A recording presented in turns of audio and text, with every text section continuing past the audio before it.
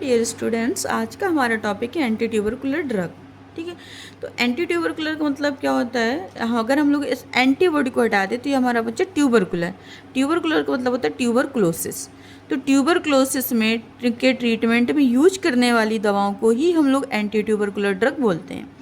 अब अगर हम लोग बात करते हैं ट्यूबरकुलोसिस क्या है, तो ट्यूबरकुलोसिस क्या होता है? क्रॉनिक ग्रेनुलोमेटस डिसीज होता है जो कि एक माइकोबैक्टीरियम ट्यूबरकुलोसिस नामक बैक्टीरिया के द्वारा कॉज होता है।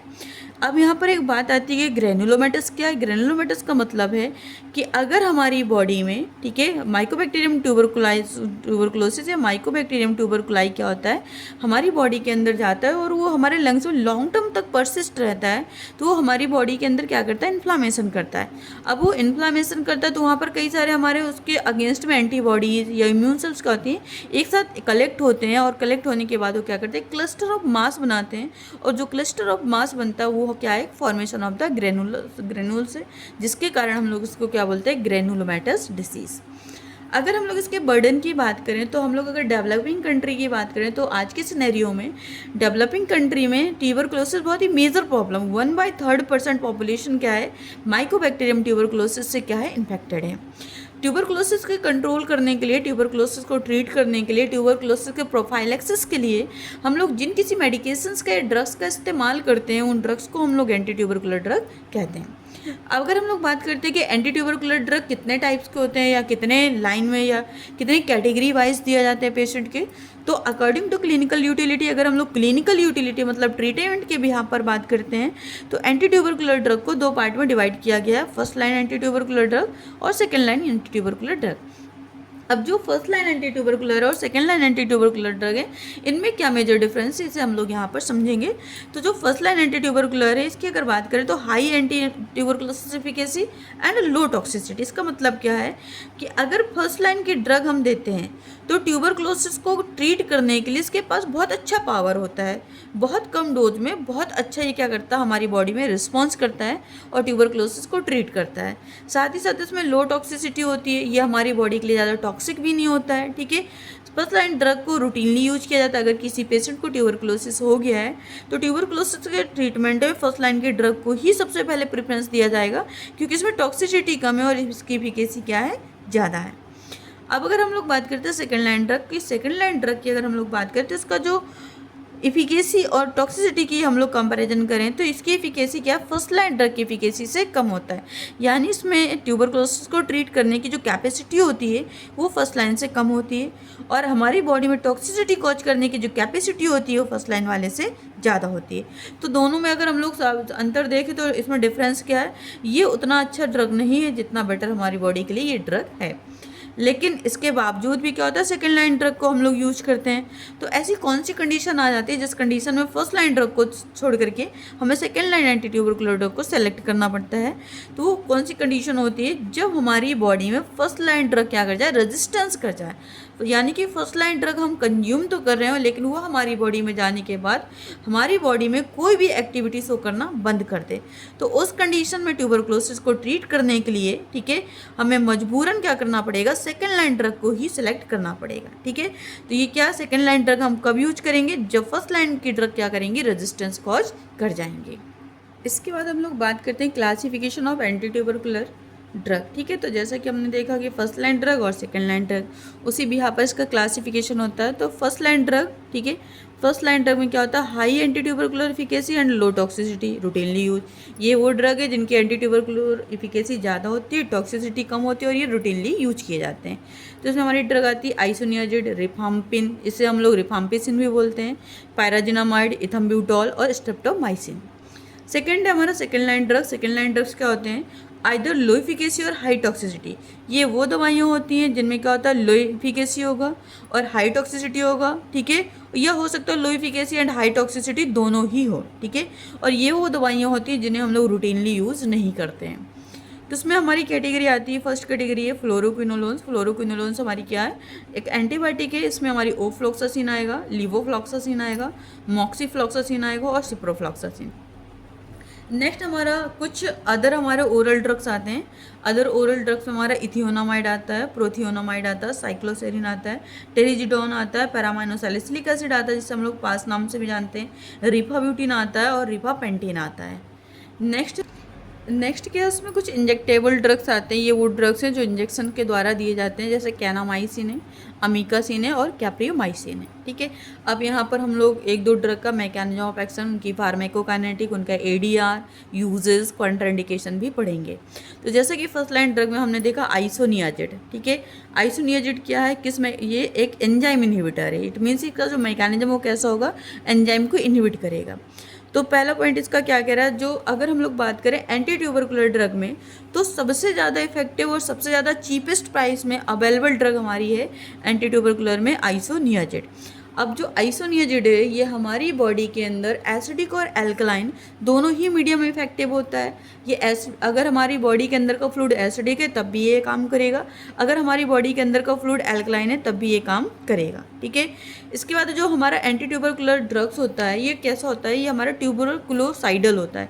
इट मीन्स क्या है, ये जो हमारा माइकोबैक्टीरियम ट्यूबरकुलोसिस होता है उसको क्या करेगा, किल करके काम करेगा। अगर हम किसी पेशेंट को ट्यूबरकुलोसिस की कंडीशन में आइसोनियाजिड देते हैं, प्रिस्क्राइब करते हैं, तो अब ये आइसोनियाजिड क्या करेगा, बॉडी के अंदर जाने के बाद, ठीक है, जो माइकोबैक्टीरियम ट्यूबरकुलोसिस है उसको किल कर देगा। ठीक है, इसके बाद और साथ ही साथ में क्या काम करता है, इसमें कुछ बैसिलाई होते हैं जिनके लिए क्या करता है, ये स्टैटिक रहता है। इसके बाद है ये जो हमारा इंटरसेलुलर और एक्स्ट्रासेलुलर मैकेनिज्म दोनों के लिए इफेक्टिव होता है। ये ज़रूरी नहीं कि सेल के अंदर वाले ही मैकेनिज्म को किल करे, अगर हमारी बॉडी में जो सेल के अंदर और सेल के बाहर दोनों ही जगह अगर कोई माइक्रो ऑर्गेनिज्म प्रेजेंट है तो दोनों को ही किल करने में ये काम करता है। इसके कारण अगर हम लोग आइसोनियाजिड को अकेले यूज करते हैं, अगर हम इसे किसी के साथ कॉम्बिनेशन फॉर्म में नहीं देते हैं तो ये क्या करता है, बहुत ही जल्दी रेजिस्टेंस डेवलप कर लेता है। यानी कि अगर हम इसको अकेले यूज करते हैं तो ये ज़्यादा लंबे समय तक हमारी बॉडी में कोई भी एक्शन प्रोड्यूस नहीं करेगा, क्योंकि ये रेजिस्टेंस शो करता है। ठीक है, इसीलिए हमेशा हमें आइसोनियाजिड को किसी ना किसी कॉम्बिनेशन के साथ ही देना चाहिए, जिससे कि वो रेजिस्टेंस कॉज ना करे, वो हमारी बॉडी में एक अच्छा रिस्पॉन्स शो कर सके। ठीक है, इसके बाद अगर हम आइसोनियाजिड की बात करें तो ये एक तरीके का हमारा प्रो ड्रग है, ये हमारा एक्टिव ड्रग नहीं। अब प्रो ड्रग क्या होता है, प्रो ड्रग वो ड्रग्स होते हैं जो हमारी बॉडी के बाहर इनएक्टिव फॉर्म में होते हैं, लेकिन जब वो बॉडी के अंदर जाते हैं तो मेटाबॉलिज्म प्रोसेस के थ्रू वो एक्टिव फॉर्म में कन्वर्ट हो जाते हैं। तो वैसे हमारा जो आइसोनियाजिड है, आइसोनियाजिड क्या हमारा एक तरीके का प्रो ड्रग है। ठीक है, जब भी हमारी बॉडी के अंदर एंटर करता है, बॉडी के अंदर एंटर करने के बाद ये माइकोबैक्टीरिया के अंदर एंटर करता है, तो उस माइकोबैक्टीरिया के अंदर ही क्या करता है, ये हमारा इनएक्टिव फॉर्म से एक्टिव फॉर्म में कन्वर्ट होता है और ये हमारी बॉडी में अपनी एक्टिविटी शो करता है। अब हम इसका मैकेनिज्म ऑफ एक्शन देखेंगे। मैकेनिज्म ऑफ एक्शन का मतलब क्या है कि अगर किसी पेशेंट को ट्यूबरकुलोसिस उस कंडीशन में हम लोग आइसोनियाजिड प्रिस्क्राइब कर रहे हैं, तो आइसोनियाजिड एक्चुअल में वो ट्यूबरकुलोसिस को कैसे ट्रीट करेगा, किस मैकेनिज्म के द्वारा हमारी बॉडी के अंदर प्रेजेंट माइकोबैक्टीरियम ट्यूबरकुलोसिस को किल करेगा या उसकी ग्रोथ को इनहिबिट करेगा, अल्टीमेटली वो कैसे ट्यूबरकुलोसिस को ट्रीट करेगा। तो देखा जाए कि जैसे हमारी बॉडी में सर्वाइवल के लिए हमारी बॉडी के अंदर ब्लड का होना बहुत ज़्यादा ज़रूरी है, ठीक है, रेस्पिरेशन का चलना बहुत ज़्यादा ज़रूरी है, वैसे ही बैक्टीरिया के अंदर, माइकोबैक्टीरियम ट्यूबरकुलोसिस के अंदर, ठीक है, माइकोलिक एसिड की सिंथेसिस होना बहुत ज़्यादा ज़रूरी है। ठीक है, क्योंकि जो माइकोबैक्टीरियम होता है उसकी जो सेल वॉल होती है वो किसकी बनी होती है, माइकोलिक एसिड की बनी होती है। अभी जो माइकोलिक एसिड होता है एक तरीके का फैटी एसिड कॉम्पोनेंट होता है। बैक्टीरिया की सेल वॉल में क्या होता है, ये फैटी एसिड होता है, यानी कि हमारा एक फैट का बना हुआ कंपोनेंट होता है। ठीक है, और ये बैक्टीरिया की सेल वॉल के लिए बहुत ज़्यादा ज़रूरी होता है। अगर हम लोग इस पार्ट को टारगेट करते हैं तो आइसोनियाजिड का काम क्या होता है कि बैक्टीरिया के अंदर जो बहुत ज़्यादा ज़रूरी कंपोनेंट है माइकोलिक एसिड, इसी की सिंथेसिस को क्या करता है, रोक देता है। अगर इसकी सिंथेसिस रुक जाती है तो बैक्टीरिया की जो सेल वॉल है उस सेल वॉल की सिंथेसिस क्या होगी, सेल वॉल वीक हो जाएगी, जिसके कारण बैक्टीरिया की क्या हो जाती है, डेथ हो जाती है।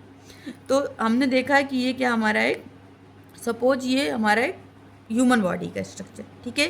अब ह्यूमन बॉडी के अंदर क्या गया, हमारा माइकोबैक्टीरियम ट्यूबरकुलोसिस गया। ठीक है, माइकोबैक्टीरियम ट्यूबरकुलोसिस ने क्या किया, ह्यूमन बॉडी में ट्यूबरकुलोसिस कॉज किया, जिसे हम लोग टीबी बोलते हैं। अब इस टीबी को ट्रीट करने के लिए हमने दवा दी आइसोनियाजिड। तो आइसोनियाजिड पहले क्या करेगा, ह्यूमन बॉडी कंज्यूम करेगा। तो ये ह्यूमन बॉडी ने, सपोज हमने कंज्यूम किया, तो कंज्यूम करने के बाद अब ये क्या करेगा, एंटर करेगा माइकोबैक्टीरियम की सेल के अंदर। जब ये माइकोबैक्टीरियम की सेल के अंदर एंटर करेगा तो यहाँ पर ये क्या होगा, इसे माइकोबैक्टीरियम की सेल के अंदर एक एंजाइम मिलेगा, जिस एंजाइम का नाम होगा कैटालेज पेरोक्सीडेज। ठीक है। अभी जो कैटालेज पेरोक्सिडेज होता है ये क्या काम करेगा, ये जो INH आइसोनियाजिड है इसे इनएक्टिव फॉर्म से एक्टिव फॉर्म में कन्वर्ट कर देगा। ठीक है, जब ये एक्टिव फॉर्म में कन्वर्ट हो जाएगा तो बैक्टीरिया के ही अंदर क्या होगा, एक INH जीन होगा जो कि रिस्पॉन्सिबल होगा माइकोलिक एसिड सिंथेसिस के लिए। ठीक है, तो हमारा जो आइसोनियाजिड है अब वो एक्टिव फॉर्म में कन्वर्ट हो चुका है। अब वो एक्टिव फॉर्म क्या करेगा, बैक्टीरिया के अंदर प्रेजेंट INH जीन से बाइंड करेगा। INH जीन से बाइंड करने के बाद क्या करेगा, माइकोलिक एसिड सिंथेटेज नामक एंजाइम को इनहिबिट कर देगा। अब अगर माइकोलिक एसिड सिंथेटेज नामक एंजाइम इनहिबिट हो जाएगा तो बैक्टीरिया के अंदर क्या होगा, माइकोलिक एसिड की सिंथेसिस नहीं होगी। और अगर माइकोलिक एसिड की सिंथेसिस नहीं होगी तो जो बैक्टीरिया की सेल वॉल है वो क्या हो जाएगी, डेफिसिट हो जाएगी। बैक्टीरिया की बॉडी में सेल वॉल नहीं बचेगी, और जब सेल वॉल नहीं बचेगी तो बैक्टीरिया की सेल के अंदर के जो पूरा कंटेंट है वो सेल के बाहर आ जाएगा, जिसके कारण क्या होगा, बैक्टीरिया की डेथ हो जाएगी। तो ये कैसा एक्शन शो करेगी, ये बैक्टीरियोसाइडल एक्शन शो करेगी। तो ये इसका मैकेनिज्म ऑफ एक्शन। अगर हम किसी पेशेंट को आइसोनियाजिड देते हैं तो हमारी बॉडी से वो बैक्टीरिया की बॉडी में एंटर करती है। बैक्टीरिया की बॉडी में कैटालेज पेरोक्सिडेज नामक एंजाइम पाया जाता है। ये एंजाइम क्या करता है, इनएक्टिव आइसोनियाजिड को एक्टिव आइसोनियाजिड में कन्वर्ट करेगा। अब ये एक्टिव आइसोनियाजिड क्या करेगा, बैक्टीरिया के ही अंदर प्रेजेंट INH जीन से बाइंड करेगा। बाइंड करने के बाद बैक्टीरिया के अंदर माइकोलिक एसिड सिंथेटेज नामक एक एंजाइम होगा जो कि रिस्पॉन्सिबल होगा माइकोलिक एसिड की सिंथेसिस के लिए। तो अब ये हमारी ड्रग क्या करेगी, माइकोलिक एसिड सिंथेटेज को इनहिबिट कर देगी, जिससे कि बैक्टीरिया के अंदर माइकोलिक एसिड की सिंथेसिस नहीं होगी, जिसके कारण बैक्टीरिया की ये जो सेल वॉल है ये सेल वॉल रप्चर हो जाएगी। अब बैक्टीरिया हमारा कैसे हो जाएगा, सेल वॉल डेफिसिट हो जाएगा। बैक्टीरिया जब सेल वॉल डेफिसिट हो जाएगा तो अंदर का सारा कंटेंट पूरा बाहर आ जाएगा, बाहर का कंटेंट अंदर, सारा कंटेंट आपस में मिक्स हो जाएगा, जिसके कारण बैक्टीरिया की डेथ हो जाएगी। और ये कैसा इफेक्ट शो करेगा, ट्यूबरकुलोसाइडल इफेक्ट शो करेगा। अब बात की जाए कि अगर हम ड्रग देते तो ड्रग से नुकसान क्या क्या हो सकते हैं। ठीक है, कौन कौन से एडवर्स ड्रग रिएक्शन हो सकते हैं। एडवर्स मतलब वो रिएक्शंस जो हमारी बॉडी के लिए नहीं चाहिए। तो पहला हेपेटाइटिस, ये क्या काउज कर सकता है, हेपेटाइटिस। और हेपेटाइटिस का मतलब होता है infection and inflammation of liver. ये अगर हम लोग किसी पेशेंट को आइसोनियाजिड देते हैं तो वो हमारे लीवर में इन्फेक्शन और इन्फ्लामेशन कॉज कर सकता है। पेरीफेरल न्यूरोपैथी, हमारी जो सेंट्रल नर्वस सिस्टम के अलावा जो पेरीफेरी में जितने भी न्यूरॉन्स होते हैं उन न्यूरॉन को भी क्या कर सकते हैं, डैमेज कर सकता है। ठीक है, इसका नोजिया कॉज कर सकता है। नोजिया मतलब होता है जी मिचलाना। वॉमिटिंग मतलब उल्टी आना। ठीक है, पीलिया कॉज कर सकता है जिसको हम लोग जॉइंडिस बोलते हैं। और सीजर कॉज कर सकता है जिसमें पेशेंट को झटके आ सकते हैं। फिर बात करते हैं फार्मेकोकाइनेटिक। फार्मेकोकाइनेटिक का मतलब होता है कि ड्रग जब हमारी बॉडी के अंदर जाती है तो ड्रग का हमारी बॉडी के साथ कैसा रिलेशन होता है, क्या क्या एक्शन होता है। तो पहले अगर हम लोग बात करें कि अगर हम लोग ड्रग को ओरली लेते हैं, अगर हमने आइसोनियाजिड को ओरली लिया हुआ है तो ईजिली क्या हो जाएगा, एब्जॉर्ब हो जाएगा। इसके एब्जॉर्प्शन में कोई भी प्रॉब्लम नहीं आएगी। ये हमारी बॉडी के सारे टिश्यू को क्या करेगा, पेनिट्रेट कर जाएगा। दूसरी बात करते हैं कि ये कैसा ये हमारा प्रोड्रग है।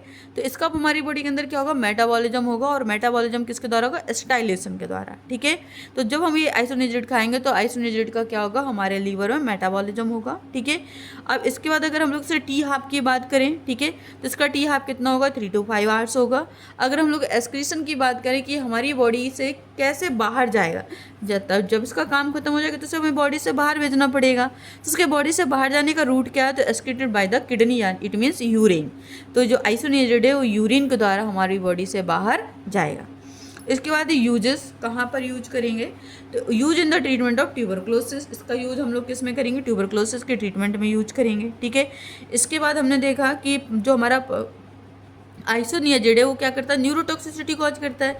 अगर हम चाहते हैं पेशेंट में न्यूरोटॉक्सिसिटी ना हो तो न्यूरोटॉक्सिसिटी को रोकने के लिए हम लोग क्या करेंगे, आइसोनियाजिड के साथ में पारिडॉक्सिन यानी विटामिन B6 का कॉम्बिनेशन देंगे, जो क्या करेगा, हमारी बॉडी में पेरीफेरल न्यूरोपैथी को रोकेगा। ठीक है, तो ये हो गया कंप्लीट डिस्क्रिप्शन ऑफ आइसोनियाजिड।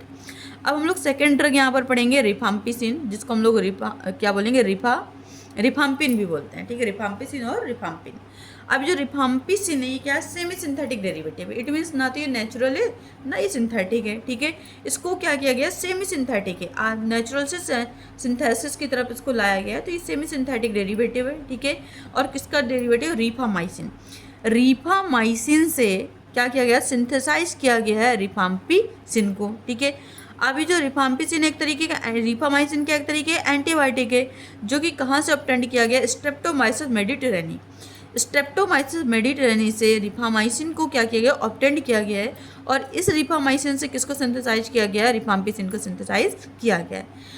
अब अगर रिफाम्पिसिन की हम लोग बात करें कि ये कैसा एक्शन शो करेगा, बैक्टीरियोस्टैटिक या बैक्टीरियोसाइडल, तो रिफाम्पिसिन भी बैक्टीरियोसाइडल एक्शन शो करेगा फॉर द माइकोबैक्टीरियम ट्यूबरक्लोसिस और माइकोबैक्टीरियम लेप्रे।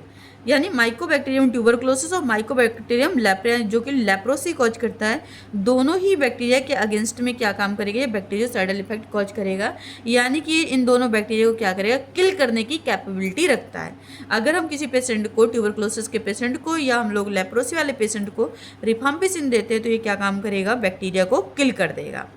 इसके बाद इसका काम और क्या क्या काम कर सकते हैं, कुछ ग्राम पॉजिटिव और ग्राम नेगेटिव बैक्टीरिया के अगेंस्ट भी काम करेगा। ठीक है, इनके अलावा भी इसके अलावा भी अगर कोई बैक्टीरिया है, ठीक है, ग्राम पॉजिटिव है, ग्राम नेगेटिव है, लाइक हमारा एस ऑरियस हो गया, ई कोलाई हो गया, प्रोटियस हो गया या स्यूडोमोनाज हो गया, तो उनके अगेंस्ट में भी क्या करता है, ये एक्टिविटी को शो करता है। अब बात करते हैं mechanism of action of rifampicin. ठीक है, अगर हम ट्यूबरक्लोसिस के पेशेंट को रिफाम्पिसिन देते हैं तो ये कैसे ट्यूबरक्लोसिस को ट्रीट करेगा, तो इसका मैकेनिज्म क्या है। ठीक है, इसके मैकेनिज्म के बारे में पढ़ते हैं। तो बैक्टीरिया में क्या होता है, जो हमारा माइकोबैक्टीरियम ट्यूबरक्लोसिस है, तो उसमें क्या होता है, डीएनए से आरएनए और आरएनए से प्रोटीन बनता है। अब उस प्रोटीन से क्या होता है, स्पेशल टाइप के अमाइनो एसिड बनेंगे, वो अमाइनो एसिड क्या करेंगे, आगे जाके प्रोटीन की सिंथेसिस कराएंगे, और वो प्रोटीन क्या करेगा, बैक्टीरिया के ग्रोथ एंड मैच्योरिटी और डेवलपमेंट में मदद करेगा। ठीक है, तो अब हमें क्या करना, रिफाम्पिसिन क्या करेगा, डीएनए से आरएनए और आरएनए से प्रोटीन की सिंथेसिस को रोकेगा। तो जैसा कि यहाँ पर देखा गया है कि बैक्टीरिया के अंदर डीएनए से जो आरएनए बनने का प्रोसेस होता है, उसके बीच में एक एंजाइम रिस्पॉन्सिबल होता है। ठीक है, और वो एंजाइम क्या होता है, हमारा डीएनए डिपेंडेंट आरएनए पॉलीमरेज। ठीक है, अगर डीएनए डिपेंडेंट आरएनए पॉलीमरेज है बैक्टीरिया के अंदर, तो डीएनए से आरएनए इजीली बन जाएगा, आरएनए से प्रोटीन इजीली बनेगा, और प्रोटीन बनने के बाद बैक्टीरिया सर्वाइव भी करेगा इजीली। तो हमें क्या करना है, इस ड्रग के द्वारा इस पार्ट को टारगेट करना है। तो अगर हम किसी पेशेंट को रिफाम्पिसिन देते हैं तो रिफाम्पिसिन क्या करता है, बैक्टीरिया की बॉडी के अंदर present DNA dependent RNA polymerase के बीटा सब यूनिट से बाइंड करता है। अभी जो बीटा सब यूनिट है, इस बीटा सब यूनिट का काम क्या होता है, ये क्या करता है, messenger RNA, new messenger RNA का फॉर्मेशन कराता है। तो अगर हमारा डीएनए डिपेंडेंट आरएनए पॉलीमरेज से ड्रग बाइंड हो जाता है तो आगे जाकर क्या होगा, न्यू हमारा मैसेंजर आरएनए का सिंथेसिस नहीं होगा, और अगर मैसेंजर आरएनए की सिंथेसिस नहीं होगी तो यहाँ पर ट्रांसलोकेशन नहीं होगा, आगे जाकर के प्रोटीन नहीं बनेगा, और अगर प्रोटीन नहीं बनेगा, यहाँ से कोई मैसेज ही आगे कम्युनिकेट नहीं होगा, तो प्रोटीन नहीं बनेगा, जिसके कारण क्या होगा, बैक्टीरिया की जो सेल है वो वीक हो जाएगी और सेल की क्या हो जाएगी, डेथ हो जाएगी। ठीक है, जिससे कि सेल की डेथ होने से बैक्टीरिया हमारा क्या करेगा, मर जाएगा, और हमारी बॉडी में ट्यूबरक्लोसिस में धीरे धीरे आराम मिलना स्टार्ट हो जाएगा। और ये भी कैसा होता है, बैक्टीरियोसाइडल इन नेचर है। अब साइडल मतलब समझ आ गया होगा, साइडल का मतलब होता है किल द बैक्टीरिया। ठीक है, तो ये ड्रग क्या काम करेगा, बैक्टीरिया को किल करके काम करेगा। इसके बाद जो रिफाम्पिसिन है, ये हाईली इफेक्टिव ट्यूबरक्लोसाइडल है, ये बहुत ही ज़्यादा इफेक्टिव है। अगर किसी पेशेंट को हम लोग रिफाम्पिसिन देते हैं तो बहुत ही ज़्यादा इफेक्टिव ड्रग है। ठीक है, और ये कैसा ट्यूबरक्लोसाइडल है, ये ट्यूबरक्लोसिस के बैक्टीरिया को किल करेगा। ठीक है, इसे हम लोग स्टेलाइजिंग एजेंट भी बोलते हैं। अब स्टेलाइजिंग एजेंट क्यों बोलते हैं, क्योंकि अगर हम पेशेंट को रिफाम्पिसिन दे रहे हैं तो ये क्या काम करेगा कि जो यूरिन का कलर, उस यूरिन के कलर को क्या कर देगा, रेडियस ब्लैक कलर में कन्वर्ट कर देगा, यूरिन के कलर को डिस्कलरेशन कर देगा, जिसके कारण इसको हम लोग क्या बोलते हैं, स्टेलाइजिंग एजेंट भी बोलते हैं। ठीक है, अगर हम लोग रिफाम्पिसिन को सिंगल यूज करते हैं तो ये भी क्या करेगा, रेजिस्टेंस डेवलप करेगा। इट मीन्स हमें क्या करना, रिफाम्पिसिन और आइसोनियाजिड को कभी भी सिंगल यूज नहीं करना है। ठीक है, फिर हम बात करते हैं फार्मेकोकाइनेटिक। तो फार्मेकोकाइनेटिक जैसा कि हमने लास्ट अभी देखा, फार्मेकोकाइनेटिक का मतलब होता है what the drug does to the body, ये ड्रग हमारी बॉडी में क्या क्या काम करेगी और कैसे कैसे काम करेगी। तो पहले इसका काम करने का पैटर्न क्या, अगर हम लोग रिफाम्पिसिन को ओरली लेते हैं तो ईजिली हमारी बॉडी में एब्जॉर्ब हो जाता है। ठीक है, अगर हम लोग इसको खाने के साथ देते हैं तो इसका जो एब्जॉर्प्शन होता है वो क्या हो जाता है, डिक्रीज हो जाता है। हमें खाने के साथ नहीं देना है, ये तो हमें खाने के पहले देना है, ये तो हमें खाने के बाद देना है। ठीक है, हमें कोशिश करनी है कि रिफाम्पिसिन को हम खाली पेट लें। ठीक है, जिसके कारण खाना क्या कर सके, इसके एब्जॉर्प्शन को कुछ भी इसके एब्जॉर्प्शन को प्रिवेंट ना कर सके, इजीली हमारी बॉडी के अंदर एब्जॉर्ब हो जाए। इसके बाद इसका जो डिस्ट्रीब्यूशन होता है वाइडली डिस्ट्रीब्यूटेड होता है, हमारी बॉडी के ज़्यादातर पार्ट में क्या होता है, इजीली ये ड्रग हमारा डिस्ट्रीब्यूटेड हो जाता है। इसका जो मेटाबॉलिज्म होता है, मेटाबॉलिज्म का मतलब क्या होता है, किसी भी ड्रग का हमारी बॉडी के अंदर एक फॉर्म से दूसरे फॉर्म में कन्वर्जन, तो इसका जो मेटाबॉलिज्म होता है वो लीवर में होता है, ठीक है, लीवर के एंजाइम के द्वारा होगा। अगर हम लोग इसके बात करें कि इसका एक्सक्रीशन कैसे होगा, तो एक्सक्रीशन यूरिन के थ्रू होगा, ठीक है। अब इसके लिए एक बहुत ही मोस्ट इंपॉर्टेंट बात क्या है कि हमारा जो रिफाम्पिसिन है वो क्या है, एक तरीके का माइक्रोसोमल एंजाइम इंड्यूसर है, ठीक है।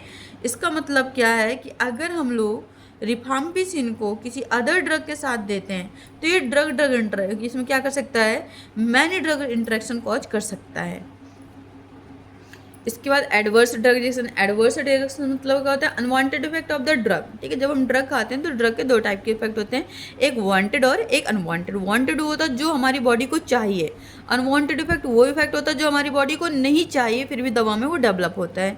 तो पहले इसका हेपेटोटॉक्सिसिटी, ये भी क्या काम करेगा, ये लीवर में टॉक्सिसिटी कॉज करेगा, ठीक है। दूसरा गैस्ट्रोइंटेस्टाइनल डिस्टर्बेंस, हमारे जीआईटी यानी स्टमक और इंटेस्टाइन को क्या करेगा, डिस्टर्ब कॉज कर देगा, कि तो लूज मोशन कॉज करा सकता है, डायरिया कॉज करा सकता है, ठीक है, इमेसिस कॉज करा सकता है, ठीक है, vomiting, nausea, GIT discomfort, abdominal cramp, तो इस तरीके की कंडीशन ये कॉज करा सकता है। फ्लू लाइक सिंड्रोम, ठीक है, हमें फ्लू लाइक सिंड्रोम होगा, कुछ सीएनएस के सिम्टम्स भी दिखेंगे और हाइपर सेंसिटिविटी रिएक्शन, ठीक है। फिर है ड्रग इंटरेक्शन। इसका ड्रग इंटरेक्शन क्या है, अगर हम लोग रिफाम्पिसिन को अमाइनो सैलिसिलिक एसिड के साथ देते हैं, ठीक है, तो इसमें क्या होगा, delay the absorption of reduce बायोबिलिटी of rifampicin. अगर हम लोग रिफाम्पिसिन सैलिसिलिक एसिड एक साथ देते हैं तो जो रिफाम्पिसिन उसकी बायोअवेलेबिलिटी क्या और एब्जॉर्प्शन क्या हो जाएगा, डिले हो जाएगा, ठीक है।